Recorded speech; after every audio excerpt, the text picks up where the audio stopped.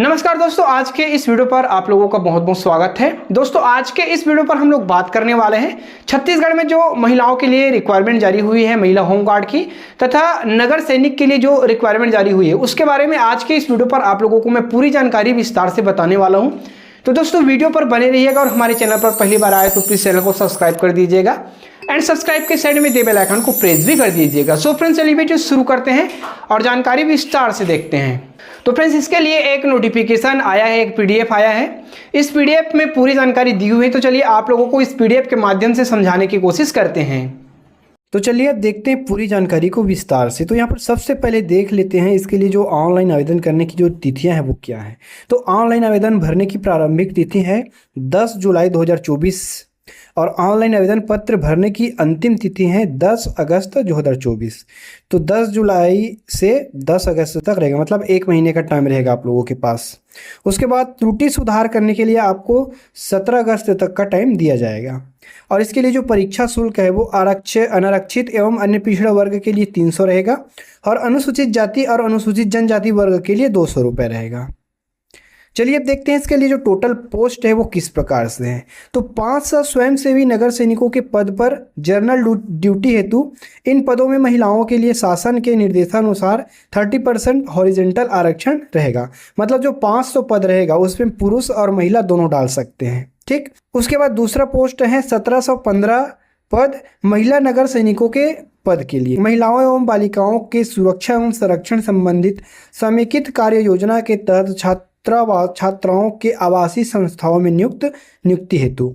तो रिक्त पदों की जो संख्या है वो वर्गवार निम्नानुसार है। इसको भी आप देख सकते हो, इसका जो लिंक है पीडीएफ है आपको मिल जाएगा। तो उसमें आप देख लेना कि आपके जिले में कितना है, महिला के लिए कितना है, पुरुष के लिए कितना है, या फिर आपके वर्ग में कितना है। तो यहाँ पर देख सकते हो। तो 500 नगर सैनिकों के लिए जो पोस्ट है वो इस प्रकार से है। और इसके अलावा जो महिलाओं एवं बालिकाओं की सुरक्षा एवं संरक्षण संबंधित समेकित कार्य योजना के तहत छात्राओं के आवासीय संस्था में नियुक्ति हेतु जो टोटल 1715 पद है वो इस प्रकार से यहाँ पर आप देख सकते हो। इसमें जिला वाइज है, इसमें जो पोस्ट है वो जिला वाइज है और इसमें जो आवेदन होगा वो जिला वाइज ही होगा। तो इसको आपको देख लेना है कि आपके जिले में कितने पोस्ट हैं, उसके हिसाब से आपको आवेदन करना है। तो ये इसका पीडीएफ भी आपको डिस्क्रिप्शन पर जो लिंक है उसमें से मिल जाएगा। तो चलिए अब देखते हैं इसके नीचे जो जानकारी है उसको पूरा विस्तार से। तो सीधी भर्ती के लिए पात्रता की क्या शर्तें हैं, इसमें भर्ती के लिए क्या शर्तें रहेंगी पात्रता की। तो उम्मीदवार को संबंधित जिले का मूल निवासी होना चाहिए, मतलब जिस जिले के आप निवासी हैं उसी जिले में आप इसके लिए अप्लाई कर सकते हैं। इसके लिए सक्षम अधिकारी का मूल निवासी प्रमाण पत्र प्रस्तुत करना आवश्यक रहेगा। दूसरा है उम्मीदवार का छत्तीसगढ़ राज्य के किसी भी जिला में रोजगार कार्यालय में जीवित पंजीयन होना आवश्यक है। तीसरा है उम्मीदवार का आचरण पूर्व में अच्छा होना चाहिए। उसके बाद इसके लिए वेतन का जो नियम है वो है, यह नियमित शासकीय सेवा नहीं है। नियमित शासकीय सेवा की परिधि में आने से इन्हें नियमित वेतनमान की पात्रता नहीं होगी। इन्हें छत्तीसगढ़ शासन द्वारा समय समय पर स्वीकृत मानदेय एवं अन्य भत्ते दिया जाएगा। तो इसका जो वेतन से संबंधित कोई स्पष्ट या कोई इतना मिलेगा ऐसे करके नहीं दिया हुआ है। अब देखते हैं इसके लिए आयु सीमा। तो किसी भी वर्ग के उम्मीदवार की आयु भर्ती प्रक्रिया शुरू होने के दिनांक अर्थात 1 जुलाई 2024 को 19 वर्ष से कम और 40 वर्ष से अधिक नहीं होनी चाहिए, ठीक। उसके बाद है आत्म समर्पित अथवा नक्सल पीड़ित व्यक्तियों या उनके परिवार के जो सदस्य हैं उन लोगों को इसमें जो आयु सीमा में 45 वर्ष तक अधिक नहीं होना चाहिए, मतलब उन लोगों को 5 वर्ष और एक्स्ट्रा मिलेगा, ठीक। अब देखते हैं शैक्षणिक अर्हताएं। तो सामान्य वर्ग एवं अन्य पिछड़ा वर्ग तथा अनुसूचित जाति के लिए जो शैक्षणिक योग्यता है वो है 10+2 प्रणाली के अंतर्गत 10वीं अथवा 12वीं पास होना चाहिए। 10वीं पास है तब भी चलेगा, 12वीं पास है तब भी चलेगा, ठीक। उसके बाद जाति अनुसूचित जनजाति के लिए 8वीं कक्षा उत्तीर्ण होना आवश्यक है। उसके बाद तीसरा है नक्सल प्रभावित क्षेत्र के आत्मसमर्पित अथवा नक्सल पीड़ित व्यक्तियों या उनके परिवार के सदस्यों को सामान्य अन्य पिछड़ा वर्ग एवं अनुसूचित जाति के नक्सल प्रभावित क्षेत्रों के अभ्यर्थियों के लिए शैक्षणिक योग्यता 8वीं पास एवं अनुसूचित जनजाति के अभ्यर्थियों के लिए 5वीं पास होना रखा गया है। अब देखते हैं शारीरिक अर्हता। तो इसके लिए जो ऊंचाई रखा है 168 सेंटीमीटर या उससे अधिक, किसके लिए है, सामान्य वर्ग, अनुसूचित जाति तथा अन्य पिछड़ा वर्ग के लिए। और 153 सेंटीमीटर या उससे अधिक राजस्व जिले दक्षिण बस्तर, दंतेवाड़ा, नारायणपुर, बीजापुर, बस्तर उत्तर, बस्तर कांकेर, कोरिया, सरगुजा एवं जसपुर के अनुसूचित जाति वर्ग की महिलाओं एवं पुरुष अभ्यर्थियों के लिए, जो 153 सेंटीमीटर वाला है वो, और 158 सेंटीमीटर या अधिक शेष राजस्व जिलों के अनुसूचित जनजाति के पुरुष तथा सभी वर्ग की महिलाओं के लिए है। जो 168 सेंटीमीटर है वो सामान्य वर्ग और अनुसूचित जाति तथा अन्य पिछड़ा वर्ग के लिए है। और ये जो बाकी जो दिया हुआ है वो 153 सेंटीमीटर इस क्षेत्र के अनुसूचित जनजाति वालों के लिए है और 158 क्षेत्र जो इस क्षेत्र के अनुसूचित जनजाति वालों के लिए है। उसके बाद है सीना बिना फुलाए 81 सेंटीमीटर अनुसूचित जनजाति अभ्यर्थियों के लिए 76 सेंटीमीटर तथा फुलाने पर 86 सेंटीमीटर और अनुसूचित जनजाति अभ्यर्थियों के लिए 81 सेंटीमीटर। अभ्यर्थी का सीना फुलाने एवं बिना फुलाने में कम से कम 5 सेंटीमीटर का अंतर होना चाहिए। इस विषय पर किसी भी प्रकार का कोई भी छूट नहीं है। दोनों वर्ग के अभ्यर्थियों को 5 सेंटीमीटर तो फुलाना ही पड़ेगा। अभ्यर्थी में नाक, नीक, फ्लैट फुट ना हो एवं शारीरिक रूप से अपंग नहीं होना चाहिए। यह अर्हता सभी वर्ग के अभ्यर्थियों के लिए अनिवार्य होगी, तभी अभ्यर्थी को चिकित्सा के दृष्टि से योग्य ठहराया जाएगा।